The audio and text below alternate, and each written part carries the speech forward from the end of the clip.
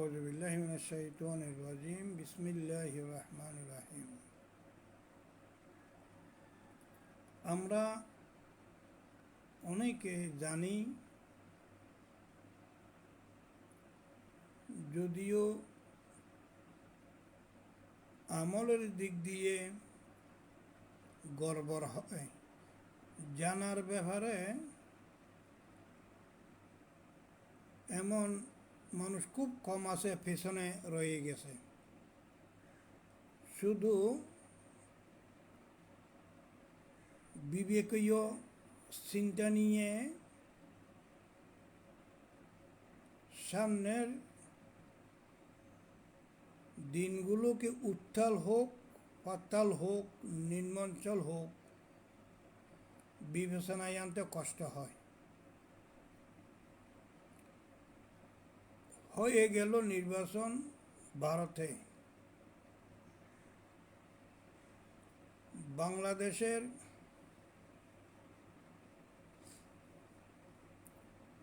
কিছু দালাল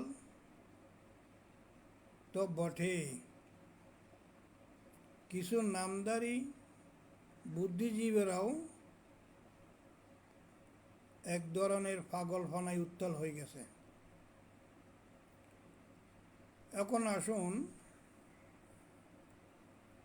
যে জিনিসটা আমরা জানি সেটা হলো, যে কোনো একটা কিছু ধ্বংস হওয়ার জন্য অতিরঞ্জিত হতে হবে, অতিরিক্ত হতে হবে, ওভারলোড যাকে বলা হয়। গ্যালাস, পেয়ালা বা জগের মধ্যে যখন পানি অতিরিক্ত হয়ে যায় তখন উপসে পড়ে। হরিণ যখন মরে যাবে তার কিছুক্ষণ আগে আগুনের উপর বেশাবেশি লাফালাফি করে। স্বতঃসিদ্ধ একটি কথা সবাই জানে, টান রশ্মি ছিঁড়ে যায়, টিকে থাকে না।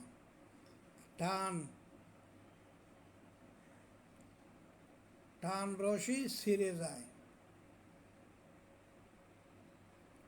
মধু ভালো জিনিস, অতিরিক্ত খেলে জায়গার মধ্যে কাঠ হয়ে পড়ে যায়। চিনি ভালো জিনিস, যার ডায়াবেটিস নেই সেও কাঠ হয়ে যাবে যদি অতিরিক্ত খায়।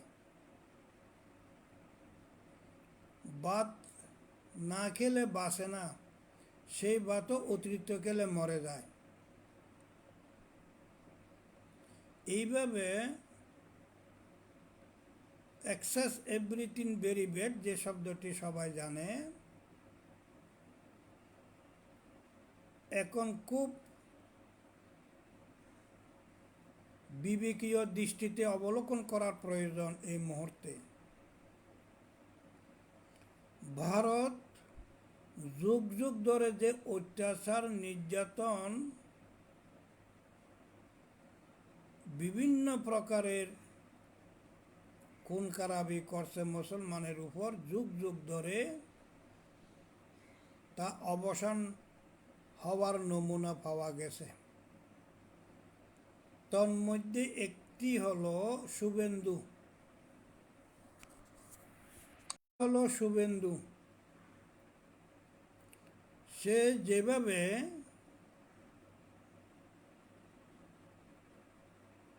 মাতাল হয়ে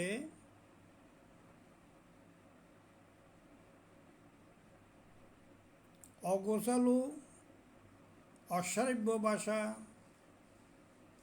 বিবেকহীন ভাষা ব্যবহার করছে, অহংকারের চরম পর্যায়ে চলে গেছে। ইন্নাহু লা ইউহিব্বুল মুতাকাব্বিরিন।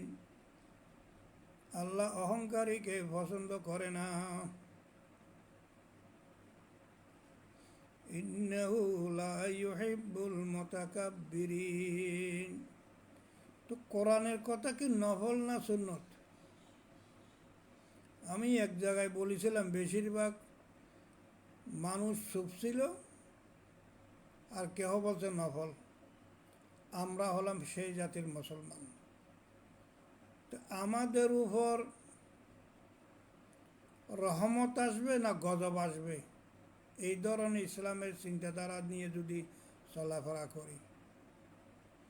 যাক, তো এই শুভেন্দু যে অতিরিক্ত অহংকারের পর্যায়ে পড়ে গেছে,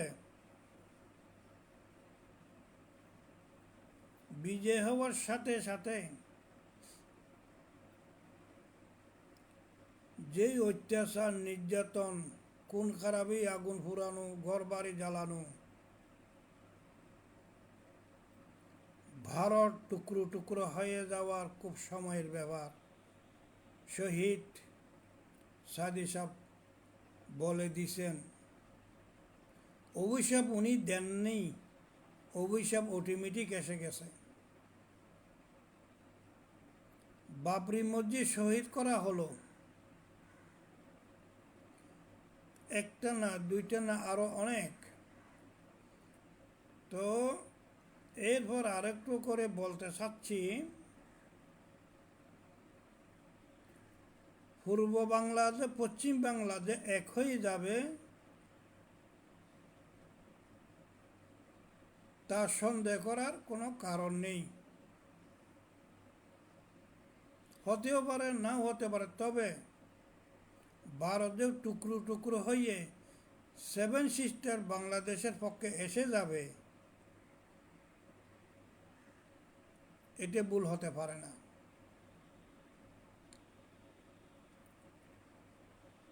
সূরা ইয়াসিনে একটি আয়াত আছে, কিছু মানুষ যখন বয়স হয়ে যায়, নাফরমানি করতে করতে যখন চরম পর্যায়ে পৌঁছে যায়, তখন তার বিবেক বুদ্ধি সব দুলেতে মিশে যায়। নর পশু তার মধ্যে একজন। এখন একটু করে দেশে আসি। দেশে ফিরে আসলাম, দেখলাম বাংলাদেশের নামধারী কিছু বুদ্ধিজীবী, বিবেক বিক্রিওয়ালা ভারতের দালালি করছে।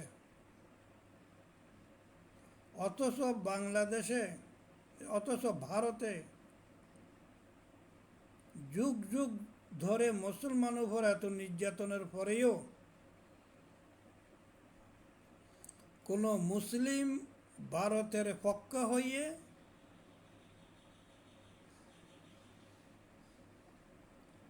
ভারতের বিপক্ষ হয়ে বাংলাদেশের পক্ষে হয়ে দালালি করে না। আবারও বলছি, ভারতের বা পশ্চিমবঙ্গের মুসলিমেরা ভারতের বিপক্ষে গিয়ে বাংলাদেশের পক্ষে হয়ে দালালি করছে না, মির্জাফরি করে না।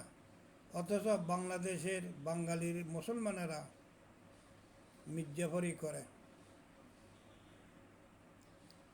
আমাদের চট্টগ্রাম, ফটিকছড়ি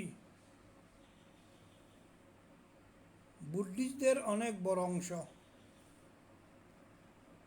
মুসলমান এবং বুদ্ধিস্ট, হিন্দু ভারতের মতো চরম পর্যায়ে ঝগড়াঝাটি মারামারি হতে আমি জীবনে দেখিনি। আমার এখন 72 বছর বয়স।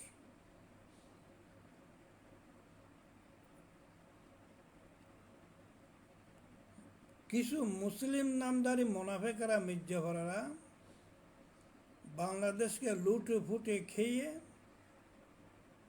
বিবেক বুদ্ধি হারিয়ে পবিত্র সংসদে বেসামাল কথাবার্তা, ব্যাককলি কথাবার্তা, গ্রামারবিহীন কথাবার্তা এখনো বলতে আছে। এই জাতীয় মানুষ হবে কখন? আল্লাহ, তুমি আমাদেরকে রহম করো, আমাদেরকে বুঝ ব্যবস্থা দাও, আমাদের দেশকে রক্ষা করো, আমাদের ফলাফানকে শিক্ষার মতো শিক্ষিত হয়ে ভালো এবং মন্দ যাচাই করার বিবেক বুদ্ধি বাড়িয়ে দাও। বাংলাদেশ শান্তিতে রাখার জন্য, উন্নত করার জন্য, যার হক তাকে দেওয়ার জন্য নিয়মতান্ত্রিক পন্থায় আইন কানুন সম্মানের সাথে জীবিত থাকার জন্য প্রশাসন, কোর্ট কাছারি, বিচারক যার যার দায়িত্ব অনুযায়ী কাজ করার মতো কাজ করার জন্য যে সুযোগগুলো বা যে চিন্তাগুলো, যে মেহনতগুলো করছে একটি সংগঠন এবং তাদের সাথে যারা জনগণ আছে তাদেরকে আল্লাহ তুমি রহম করো। ওই সংগঠনটির ব্যাপারে সূরা আরাফ 181 নম্বর আয়াতে আছেন।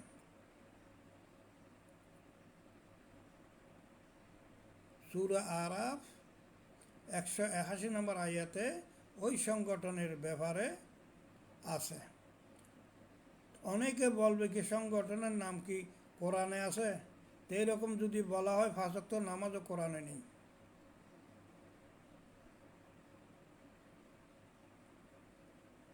বিস্তারিত যাক অধিকার যাচ্ছি না, অন্য প্রসঙ্গে চলে যাবে। তো আমাদের বুঝ ব্যবস্থার কম। তো যাক, একটি মাত্র দল, আয়াতটি আমি একটু পড়ি। আউযু বিল্লাহি মিনাশ শাইতানির রাজিম, বিসমিল্লাহির রহমানির রহিম। ওয়া মিম্মান খালাকনা উম্মাতুন ইয়াহদুনা বিল হক ওয়া বিহি ইয়াদিলুন। সাদাকাল্লাহুল আযীম। অর্থাৎ লম্বা হয়ে যাবে, এই জন্য অর্থগুলো বলছি না, আপনারা পরে দেখবেন। সূরা আরাফ 181 নম্বর আয়াত। আল্লাহ আমাদেরকে বোঝার তৌফিক দিক। দেশের জন্য যারা কোরবানি দিচ্ছে, শহীদ হয়েছে, তাদেরকে তুমি রহম করো। যারা শহীদ হয়েছে তাদেরকে জান্নাতুল ফেরদৌস দাও। যুবকেরা যারা সব কিছু ত্যাগ করে রাত দিন দেশকে সম্মানের সাথে উন্নত করার জন্য, বিশ্বের মধ্যে সবুজ পতাকাকে সম্মানিত করার জন্য যারা কাজ করছে, রহম করো। বিশেষ করে রেমিটেন্স যুদ্ধরা অল্লাহি দেশের জন্য এত প্রেম প্রীতি, এত ভালোবাসা, এত দরদ দিয়ে কাজ করে, রেমিটেন্স পাঠায়। তারা মা বাবার জন্য যেভাবে চিন্তা করে, দেশের জন্য তারা সেইভাবে চিন্তা করে। হে আল্লাহ, তাদেরকে তুমি চাকরি বাকরি সব কিছু নিশ্চিত করে দাও, তাদেরকে সান্ত্বনা দাও, তাদের স্বাস্থ্য সুস্থ করে দাও, সুন্দর করে দাও। আল্লাহ, তারা জাগা জমিন বিভিন্ন হজ্জ বিজ্জ করে বিদেশে গিয়েছে, তাদেরকে তুমি রহম করো। আল্লাহ তাদেরকে আয় উন্নতি করার তৌফিক দাও, ইনকাম বাড়িয়ে দাও। আল্লাহ 5 ওয়াক্ত নামাজ জামাতে পড়ে কোরআন হাদিস বুঝের মতো বুঝে ব্যাখ্যা সহকারে পড়ার তৌফিক দাও। ওয়া মা তৌফিক ইল্লা বিল্লাহ।